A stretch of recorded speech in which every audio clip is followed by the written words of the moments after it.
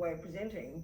But the bottom line for all of us, as long as we're neurotic to some degree, as long as we're not an enlightened being, then we're driven by attachment, which is this emotional hunger in us, there's this primordial kind of never stopping dissatisfaction that always wants something more, is never satisfied with what we do get, but it can be very subtle, it can be very hard to identify it. And its nature is fear, it's anxious the whole time.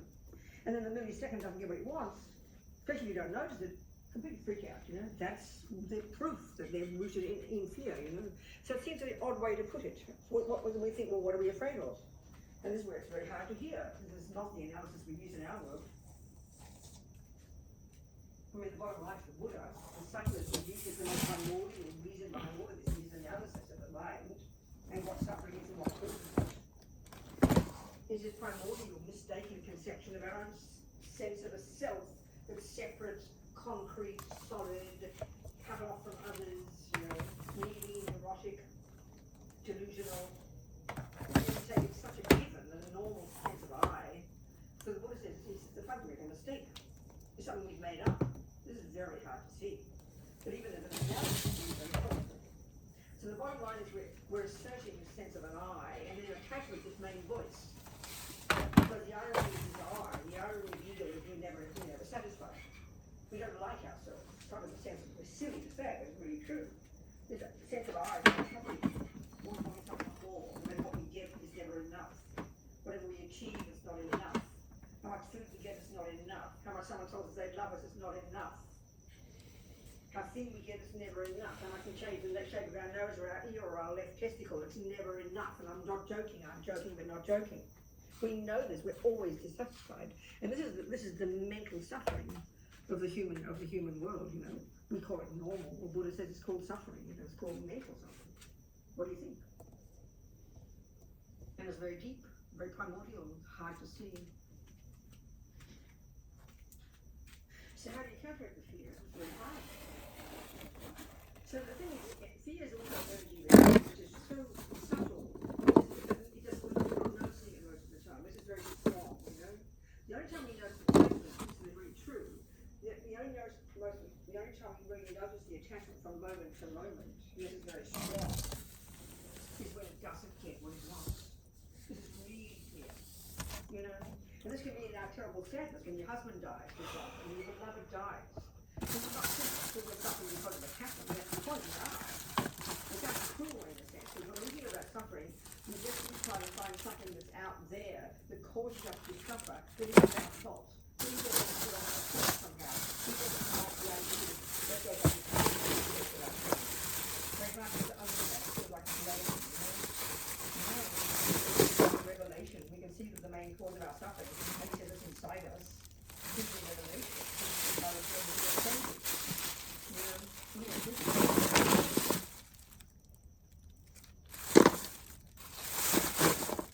I mean, someone I know whose beloved partner of 65 years or whatever it was, 60 years, together since their 19s, many children, great-grandchildren, children, all the rest, totally devoted. And husband died. And the partner said, the greatest pain they have ever known. The greatest pain they have ever known. This is 3 years later. So what's the analysis of this? And this is hard to hear. What's the analysis of this? This is the same analysis for the Buddha when you don't get the cake you want. Or when you get the red light. It sounds like ridiculous to talk this way, but this is the analysis.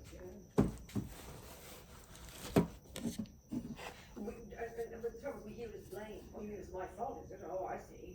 No, we can't help but do that.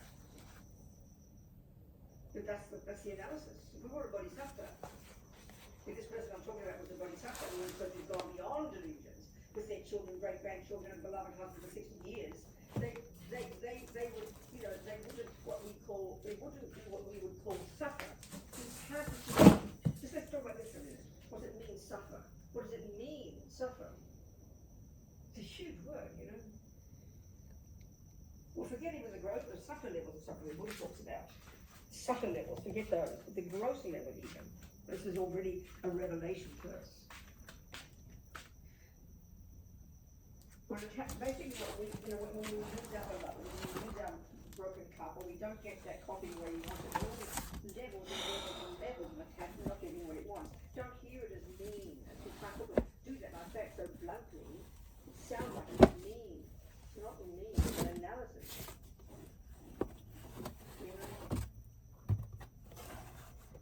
didn't have attachment, we didn't have aversion, we didn't have jealousy, we didn't have therefore anxiety or fear, and this is very hard to imagine, because we consider these normal parts of a normal person, which is why this is such a radical view, and it's hard to hear it.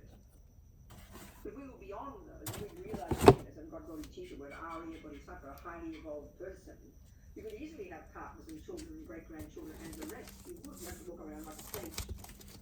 You don't walk around with a halo. You'd have to be a monk or a nun. You could have 14 husbands if you wanted. That means you wouldn't have attachment. That means you'd be joyfully, radiantly, blissfully satisfied in yourself. That's what it means. That's what it means, because attachment is coming from dissatisfaction. So you would be absolutely satisfied. Imagine that. So the beloved of 60 years dies. The sadness is, oh, love, when we talk about his mother dying, there were tears. So we go, oh, he must be suffering. Well, no. And this is the thing that's hard to hear, but let's look at it. When we see someone out there who's suffering, like say we see the dog being kicked, or we see the war, or we hear about these latest group of people who have been murdered on Bondi Beach, in Australia, the latest multi-maniac gun and stuff Australians. Americans get off the hook this time, it's Australians. He was a bloke, he's an Australian, right? We read about the suffering, we see all the photos, we see it, and we have compassion, right? We do have compassion. So and then we go, I'm suffering now when I see the suffering of the world. I'm suffering now because my husband of 60 years has died. Well, no, they are not the main causes of suffering. And this is where I think having a theory is incredibly necessary. An analysis, a theory, an analysis. You want to be a good cook. You can play it by ear and chuck in a few eggs and cross your fingers. You could do that, nothing wrong. If you want to be an expert, you need to understand the theory. You need to understand the theories, the function of eggs, the function of flour. And we all know the more you know the theories, the better carpenter you will be, the better musician you will be, the better human being, and the happier you will be. This is the Buddhist analysis, same thing. So to start from an analysis and a theory is the starting point of anything, but we often don't think that when it comes to becoming a happy person. Let's look at the Buddhist analysis, So it's the presence in our mind of all the neuroses that in our world we consider normal, so normal that you'd be abnormal if you didn't have them. And this is why this is so outrageous.